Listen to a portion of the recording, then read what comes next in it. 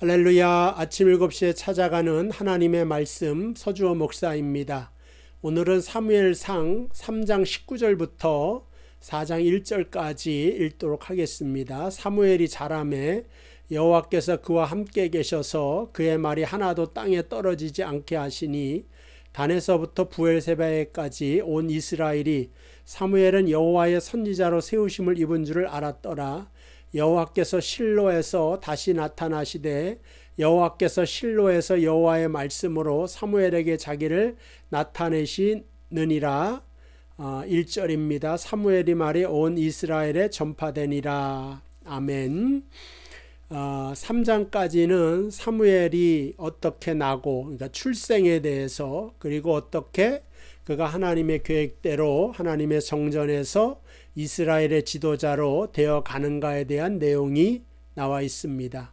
하나님이 사무엘을 세우시고 그의 인생에 간섭을 해 오시는데, 이것은 사무엘의 개인적인 이야기가 아니라 하나의 이스라엘을 간섭한 사건으로 봐야 됩니다. 그래서 우리가 알다시피 아이를 못 낳는 한나가 좀 더 철학적으로 말하면 무에서 유를 창조하신 그러한 사건입니다. 아이 없는 한나에게 아들이 생기고, 근데 그 사무엘은 정치적으로나 사회적으로 기득권층하고는 아무 관계가 없지만 하나님이 그를 이스라엘의 지도자로 세워져 갑니다. 근데 오늘 말씀에 보니까 하나님이 이스라엘의 지도자로 세워져 가는데 어떠한 기적도 사용하지 않고 이적도 사용하지 않고 초월적인 힘을 보이지 않습니다. 19절에 보면 사무엘이 자라매 여호와께서 그와 함께 계셔서 그의 말이 하나도 땅에 떨어지지 않게 하셨다. 이 말은 무슨 뜻이냐면 사무엘의 말이 성실하고 진실했다고 하는 것입니다. 그래서 그가 하는 말과 행동에 있어서 하나도 흠잡을 것 없이 그래서 그가 점점 이스라엘의 지도자로 세움받게 되는 과정을 알려주고 있습니다. 보는 것처럼 우리는 하나님 앞에서 초월을 찾고 기적을 찾습니다. 그런데 우리가 자연스럽게 살아가면서 만나는 이 자연과 하나님께서는 초월을 별로 구분하시지 않는다. 그러니까 우리들의 모든 생활의 모습도 하나님이 사용하시는 방법 중에 하나가 되는 것입니다. 그래서 신앙생활이나 우리의 사회생활이나, 그래서 신앙생활이 사회생활 그대로 나타나게 되는 오늘 사무엘의 모습을 발견할 수가 있습니다. 근데 역사적으로 중세를 보면은요, 중세 때는 왜 이렇게 암묵시되었냐? 일반적인 사회생활에 대한 강조가 없고 신앙적인 초월로 인하여 자연적인 생활을 누리려고만 했다. 그래서 교황권을 강화시키고 신부들의 권한만 강화시키기 때문에 참된 하나님의 말씀이 사라졌기 때문에 중세는 암흑기에 접어든 것을 볼 수가 있습니다.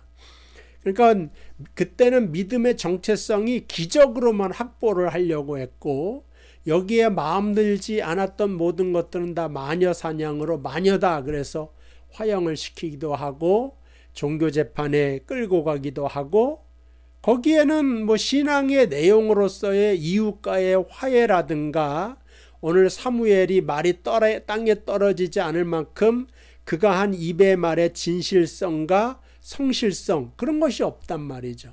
여기 사무엘의 말이 땅에 떨어지지 않고 이스라엘의 사무엘의 말이 다 퍼졌다고 4장 1절에 말하는 것은 원래 성경의 말은 로고스거든요. 그러니까 그의 로고스, 그의 존재가 진실한 사람이었다. 모든 사회적인 삶, 일상적인 삶에서 그는 넉넉히 빛을 발할 수 있는 사람이었다는 겁니다. 뭐가 없이 기적도 없고 이적도 없지만 충분한 하나님의 일을 해가는 사무엘의 모습을 봅니다. 그래서 구원받은 자의 책임은 뭐냐? 내적인 존재가 변화되고 그 내적인 존재로서 내가 살아가는 사회를 책임지는 것을 다하는 것이다 라고 볼 수가 있습니다. 이사야서 11장 1절 말씀 보시면 이새의 줄기에서 한 싹이 나며 그 뿌리에서 한 가지가 나서 결실할 것이요. 이새의 줄기는 다윗을 말하고 그 다음에 다윗의 후손인 예수를 말합니다. 예수님이시죠. 근데 이제 그가 지혜, 총명, 모략, 재능의 영으로 여호와를 경외하는데 그게 다 뭐냐? 4절에 공의로 가난한 자를 심판하고 정직으로 세상의 겸손한 자를 판단하고 이게 나와요. 공의로 그의 허리띠를 삼고 성실로 그의 몸의 띠를 삼으니라. 그러니까는 심판을 위한 것이 아니라 불쌍한 자에게 자비를 베푸시는 모습으로 메시아를 설명하고 있단 말이에요. 그러니까 메시아가 크고 심판의 불을 가지고 세상의 권력을 휘두르는 모습이 아니라 6절이죠. 예를 듭니다.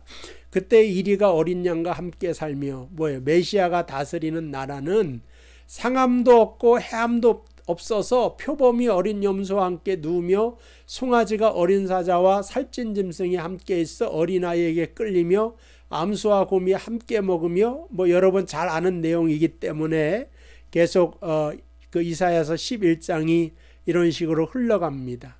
그래서 메시아가 하는 일은 그가 가는 곳에는 상처를 주지도 않고 적대적인 행위가 사라지기도 하고, 그래서 우리는 이런 세상에 살지만, 이렇게 악한 세상에 살지만 이 세상 속에서 하나님의 통치하심의 은혜와 그 자비가 전달되는 복의 통로로 살아가라. 그게 사무엘이 어린 시절이었다는 것입니다. 신자의 책임은 그래서 사회적이다. 우리가 교회 밖에 나가서 이웃과 대하는 모든 것들이 다 신자의 책임이다. 이웃 앞에서 우리의 어떻게 다름이 드러나야 되는데 그 다름의 내용이 오늘 이와 같이 그 독사굴의 어린이가 손 놓아도 물지 않는 그러한 것을 세상 앞에 꺼내놓을 수 있는 사람이 되어야 되는 겁니다. 그걸 마태복음 5장 14절에 너희는 세상의 소금이요 빛이라고 말씀해 주고 있죠. 나는 빛이다, 너는 어둠이다, 나는 천사다, 너는 마귀다, 이런 구별을 통하여서 말하는 것이 아니라 신자된 것이 내가 구원의 빛을 비추어서 어두움을 환하게 만드는 존재가 되어야지 너는 어둡지 하고 심판하는 존재가 되어서는 안 된다. 그래서 그걸 예화로 들면은 수도가 있지 않습니까? 이 물이 중요하잖아요. 수돗물이 계속 내려와서 욕조를 채워서 넘쳐나야 된단 말이에요. 근데 이 물이 다 빠져나가. 말씀의 열매가 뭐냐? 이 말씀의 열매가 이렇게 넘쳐야 되는데 물이 그냥 하수구로 다 빠져나가요. 그거는 열매가 맺혀지는 것이 아니라고 볼 수가 있습니다. 그래서 우리의 자비의 양이, 세상을 향한 그 평화를 만드는 양이 욕조를 채우고 넘치는 행위가 되어야지 그냥 부족해서 메말라가서는 안 된다는 것입니다. 그러기 위해서는 우리의 신앙적인 생활이 매일, 사실 이것도 중요한데 이런 것도 부족하죠. 예전에 근데 이런 걸 아주 잘했단 말이에요. 매일 울고 기도하고 기도원 가고 말씀 읽고 이거 너무나도 귀하고 열심히 해야 되는데, 그런데 거기에서 멈춰서는 안 된다.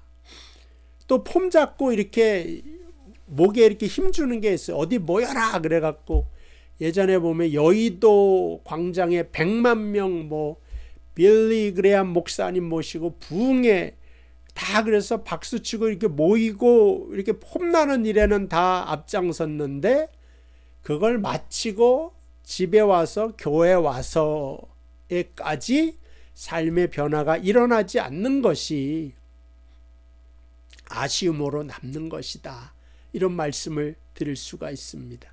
빌립보서 4장 4절 주 안에서 항상 기뻐하라. 이게 없었다는 거예요. 부흥회를 많이 했는데 내가 다시 말하노니 기뻐하라. 너의 관용을 알게 하라. 이게 없었다는 거예요. 우리는 하여간 제가 신앙생활 할 때만 해도 새벽 예배, 무슨 예배, 방언부터 은사 갖기 위해서 겨울방학 때는 늘 기도원에 가고 제가 이런 거를 많이 했고 교회적인 분위기에도 그런 교회가 저희 본 교회였는데, 그런데 이제 주 안에서 기뻐하는 마음으로 나의 관용과 용납하는 마음이 흘러넘치는 것에는 실패했다. 이게 뭐예요? 사회적인 기능, 사회생활이라고 볼 수가 있습니다. 이러한 관용을 알게 하는 건 사실은 우리 아니면 세상에서는 볼 수가 없습니다. 뭘 이렇게 주더라도 내게 있는 것으로 내게 주잖아요. 세상은 받은 게 없어요. 근데 우리는 뭘 받았어요? 예수 그리스도의 용납하심과 사랑하심을 받았잖아요. 그래서 예수님의 양보하신 것이 나한테 있기 때문에 그의 몸과 피를 우리에게 양보하여 주사, 그것이 있기 때문에 그거를 나눌 줄 아는 그러한 삶이 나타나야 된다는 것입니다. 그래서 주께서 우리에게 양보하셨고 용납하셨듯이 우리도 남의 허물을 볼 때 넘어가주는 마음을 가지자. 너무 이기려고 아둥바둥 살지 말고 이겨도 멋지게 이기자. 멋지게 이기는 게 뭐예요? 상대를 이기도록 해주는 거. 내가 지는 겁니다.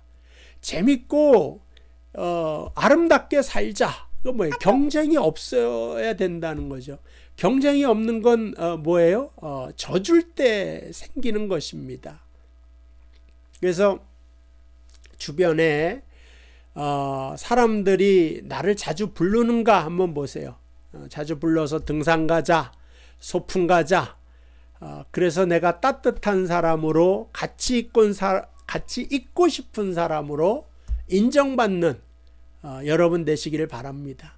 그래서 오늘 4장 1절에도 나와 있는 것처럼 4장 1절, 오늘 사무엘 4장 1절까지 봤죠. 사무엘이 말이 온 이스라엘에 사무엘이 같이 있고 싶은 사람이 된 거죠. 선지자로 인정받았다고 하는 것은 어디 밥 먹을 때 같이 좀 부르고 싶은 사람이었다는 것이 이 속에도 포함되어져 있습니다. 꼭 그 말은 아니지만 오늘 말씀이 그걸 좀 강조하고 싶었기 때문에 내 주변이 나로 인하여 행복해지고 나로 인하여 내 주변이 평화가 만들어지는 것을 보고 이것이 바로 하나님께서 나에게 주신 복이다 하는 사실을 깨달으며 오늘도 여러분의 주변과 교회 생활 속에서 행복의 출발점이 되고 평화의 출발점, 시작점이 되는 여러분 되시기를 주님의 이름으로 부탁을 드립니다. 기도하겠습니다. 하나님 감사합니다. 오늘도 사무엘상을 통하여서 은혜 주심을 감사합니다.